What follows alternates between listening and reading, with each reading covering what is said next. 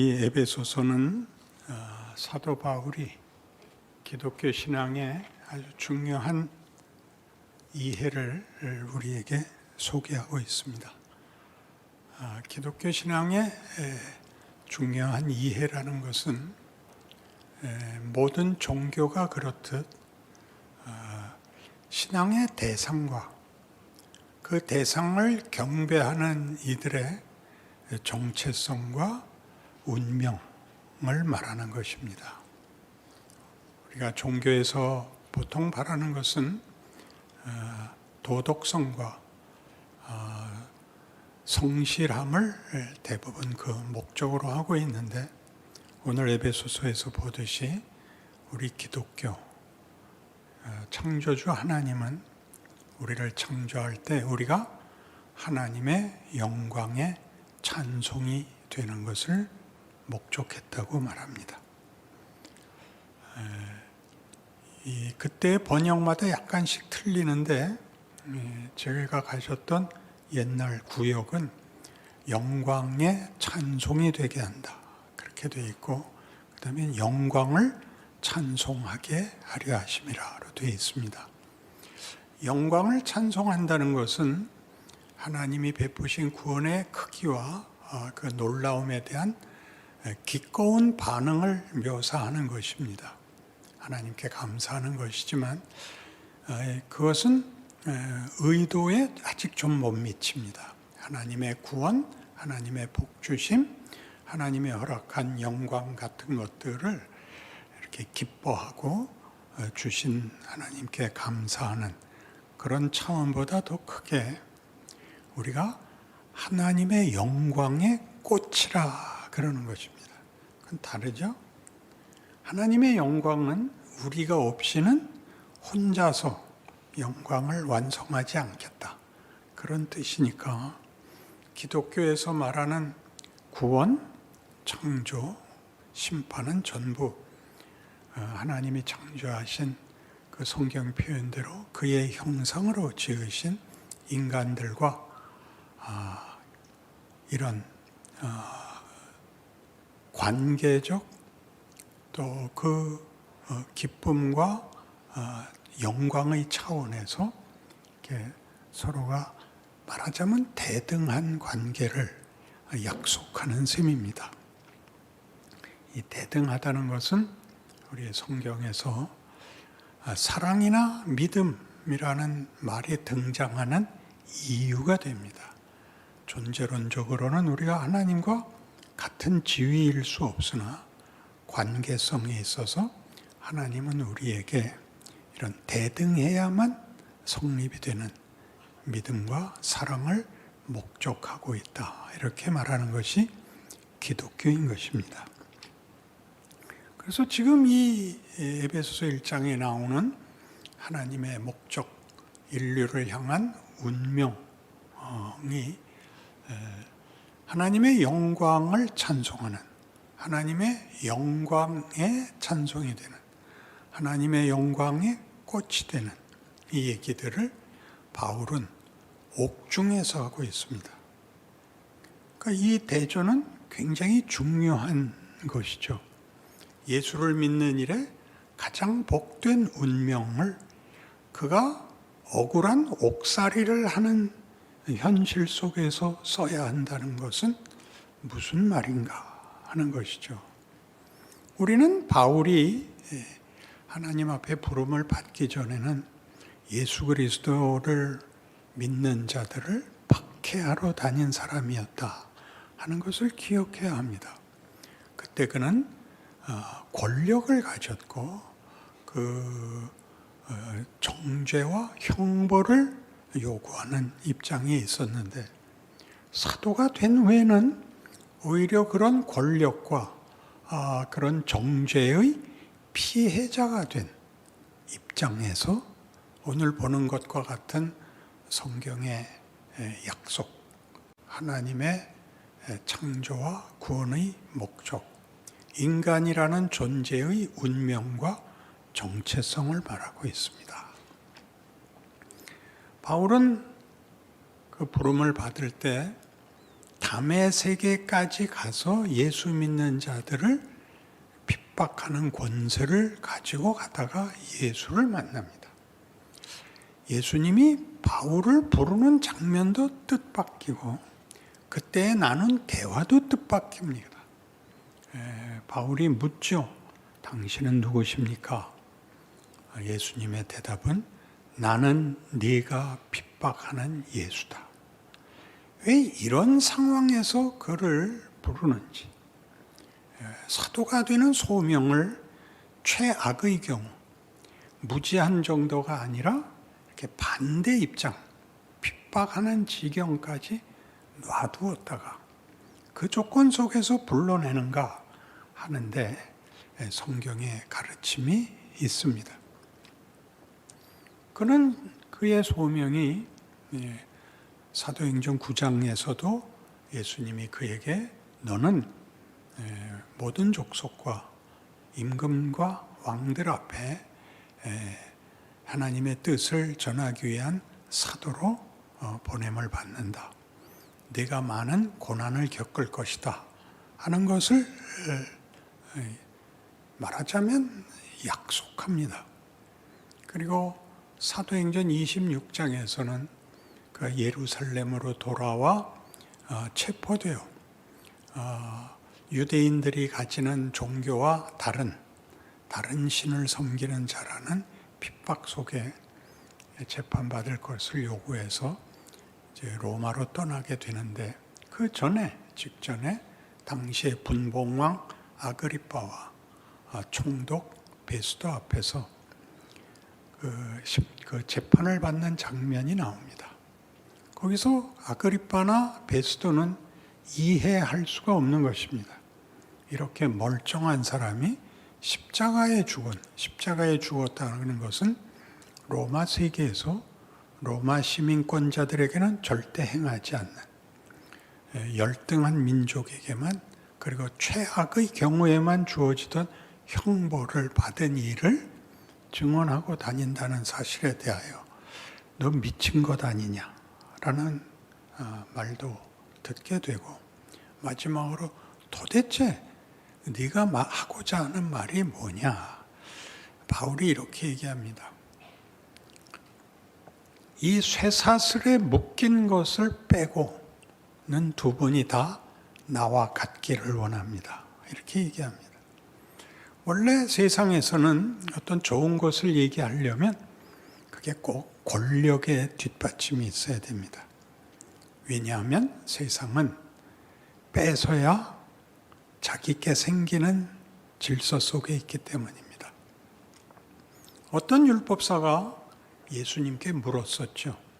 계명 중에 제일 중요한 것이 무엇입니까? 그러자 예수님께서 10계명을 2개로 이렇게 나누어서 그 모든 율법의 최고의 요약, 핵심을 이렇게 말씀하셨습니다. 네 마음과 뜻과 정성을 다하여 주 너의 하나님을 사랑하라. 둘째는 네 이웃을 내 몸과 같이 사랑하라. 이렇게 가르쳤습니다. 굉장한 가르침인 것이 이 둘을 우리는 할 수가 없습니다. 우리의 신은 사랑의 대상이 아니고 또 그 보상이 사랑 정도가 아니고 힘이어야 되는 세상을 살고 있습니다. 우리는 경쟁 사회에서 이겨야 됩니다. 그리고 더 해야 됩니다. 내 필요를 채우려면 이웃의 것을 뺏어야 됩니다. 세상에서는 자유경쟁이라고 표현하지만 말하자면 우리는 스스로 우리의 필요를 채울 수 없습니다. 이런 세상에 예수님이 오셔서 우리를 영광으로 불렀다고 얘기를 합니다.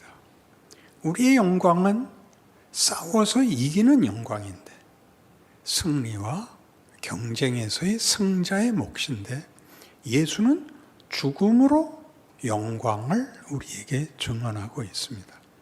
여기가 바로 우리 모두가 신앙생활을 하면서도 우리의 믿음이 권력이 되기를 바라는 끝까지 떨쳐버리지 못하는 대목일 것입니다.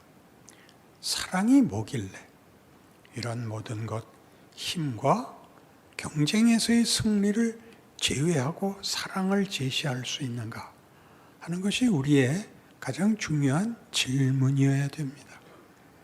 보통은 이 질문을 안 하고 그런 것들도 다 승자의 윤리가 되기를 바랍니다.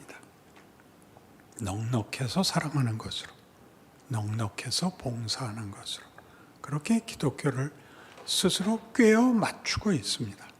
그래서 어려운 삶을 살지만 내가 신앙이 부족해서 이러는 거야.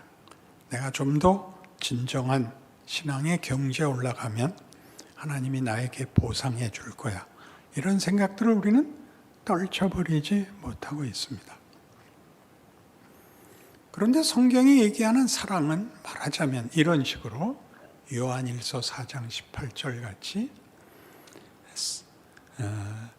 사랑 안에 두려움이 없고 온전한 사랑이 두려움을 내어쫓나니 두려워하는 자는 아직 사랑 안에서 온전하지 못한 것이니라 라고 얘기합니다. 두려움이 왜 사랑을 설명하는 데 있을까요? 우리는 조금 전에 본 바와 같이 인간은 하나님을 외면하고 떠난 순간부터 경쟁 질서밖에 남은 게 없습니다.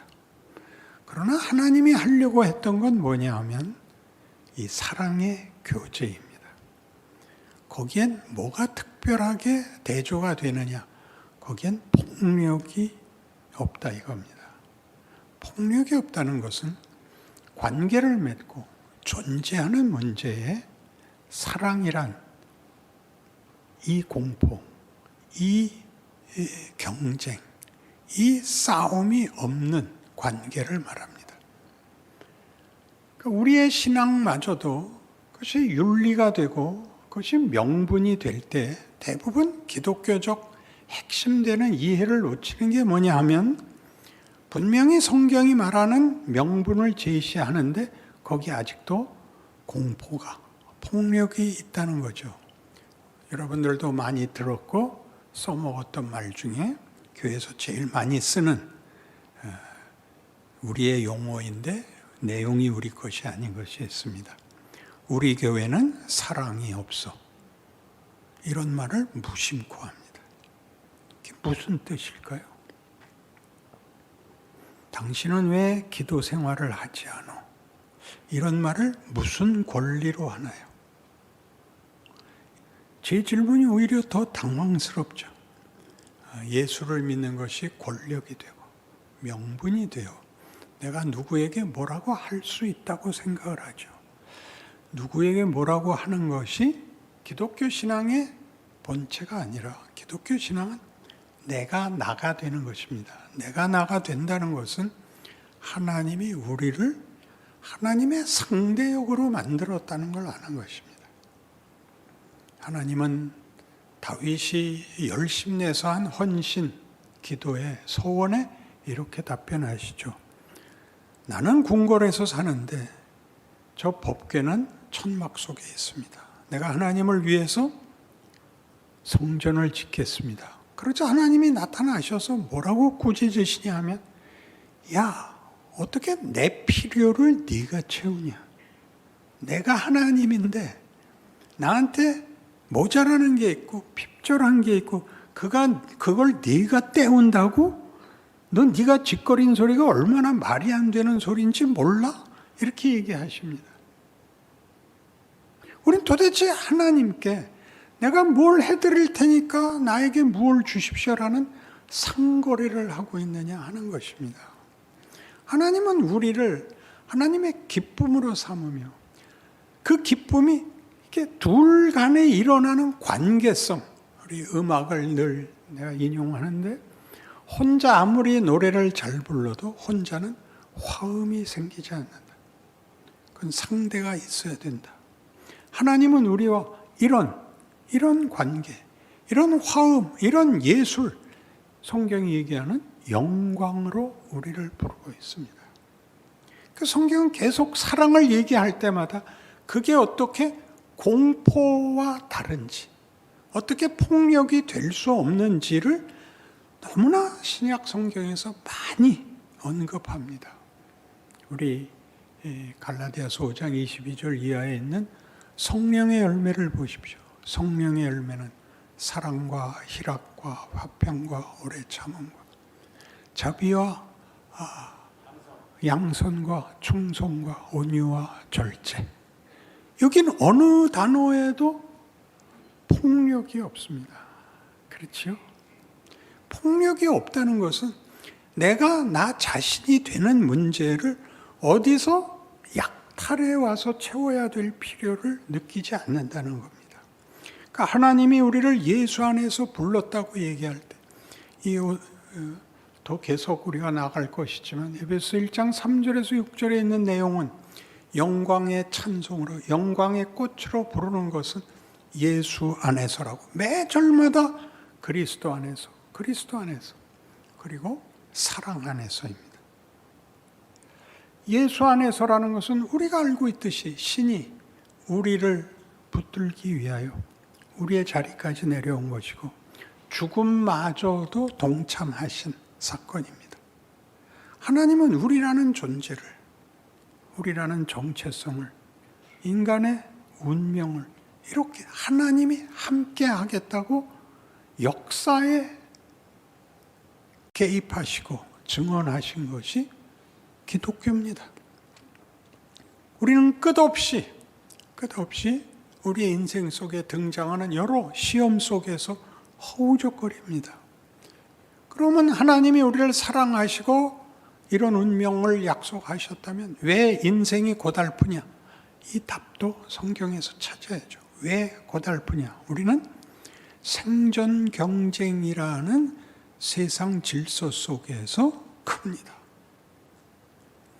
세상이 이웃에게서 뺏어가겠다고 하는 것들이 진정한 가치가 없다는 걸 배우는데 일생이 걸립니다. 그건 하나씩 배워가는 것입니다. 미워해야 되고 싸워야 하고 저주해야 되는 것들이 인간에게 아무 쓸모가 없다는 걸 실제로 배우는 수밖에 없습니다. 하나님이 오래 참으셔서 우리를 만드십니다. 우리를 편안한 기쁨의 순진한 대상으로 요구하는 것이 아니라 주고받는 대상으로 요구하기 때문입니다. 여러분들 그 손자, 손녀를 낳아보시면 애들이 안 크기를 바랍니다. 크면 말 안 듣거든요. 그러니까 이쁜 게 오래 가기를 바라는데 애가 안 크면 여러분 최고의 걱정을 해야 되죠. 어떤 병에 걸린 것도 다 괜찮은데 안 크는 건 큰일입니다. 여러분의 자식이나 손주가 거짓말을 안 하면 병원에 가야 됩니다. 거짓말이란 다만 나쁜 것에 불과한 것이 아니라 크면 산다는 것을 정직한 것으로 다 표현할 수 없다. 정직한 것으로 다 극복할 수가 없다는 걸 아는 것입니다. 우린 거짓말을 하고 거짓말을 해서 넘어간 일들이 우리에게 독이 된다. 우리를 불명예스럽게 만든다는 것들을 배웁니다. 후회도 하고 수치를 배워야죠. 명예를 깨우쳐야 합니다.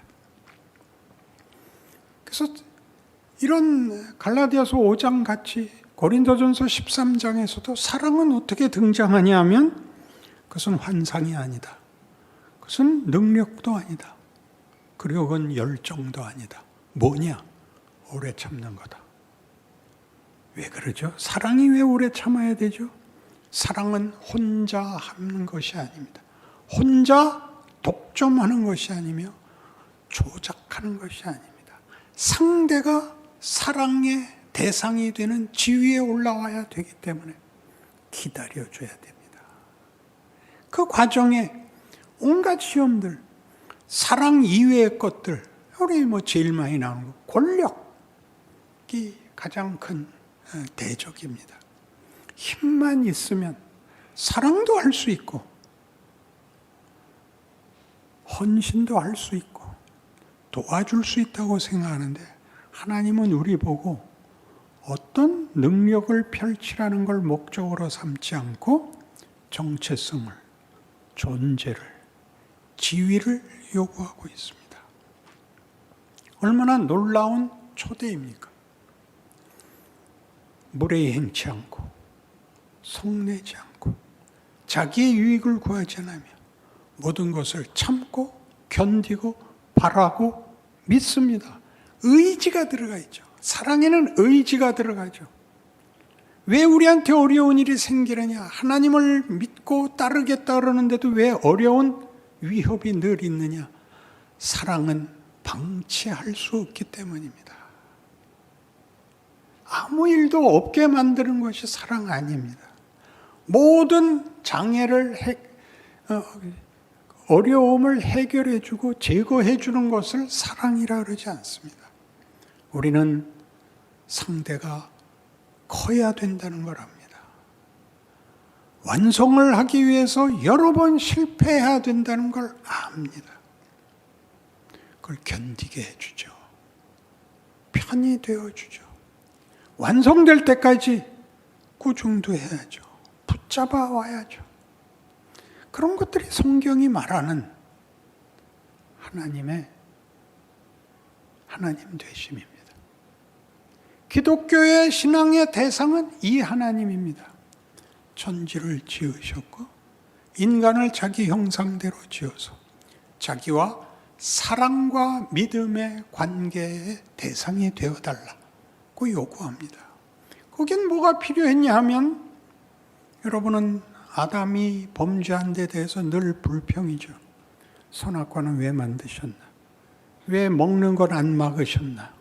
그러니까 우리는 인간을 왜 완제품을 안 만들었느냐? 시키는 대로 하는 자를 왜 안 만들어서 우리로 선택해서 이 고생을 하게 하느냐? 그 답이 노아입니다.